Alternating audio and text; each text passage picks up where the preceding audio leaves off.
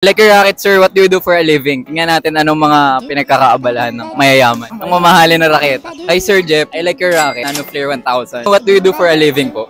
Happy teacher. Public school teacher. Anong school, sir? Pwede ba yan i-disclose? Carlos Albert High School Division of Quezon City. Shoutout sa mga students ni sir. Thank you po. Miss MK. Nakita ko naka Astrox 99 S Pro. What do you do for a living, madam? Wala akong work, babe. Sabihin mo. Nawala. Unemployed. Thank you po. Ano po name nila? Anong racket nyong gamit? Love na biomimetic tsaka Yonex na Voltric PG. What do you do for a living? Doktor po. Anong hospital? Sa UARM. Shoutout sa mga taga-UARM daw. So, kasama natin si Sir. I like your racket po. What do you do for a living, sir? Okay lang po ba? I'm an engineer by profession. Sige po. Thank you. Ano ba racket niyo, sir? I know, sir. What do you do for a living? Lawyer, corporate.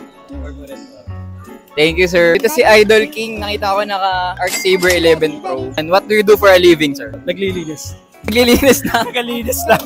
Nagalinis lang. Humble lang si sir. Shoutout sa mga tagalinis naka Arc Saber 11 Pro. Kilala nyo na siguro to si madam. Eh, dalawang raketang hawak. Ano pong raketa nyo tsaka what do you do for a living, madam? Master FC Typhoon size na Astrox 88. What do you do for a living? IT. IT, guys. Thank you. Like your racket, sir, what do you do for a living?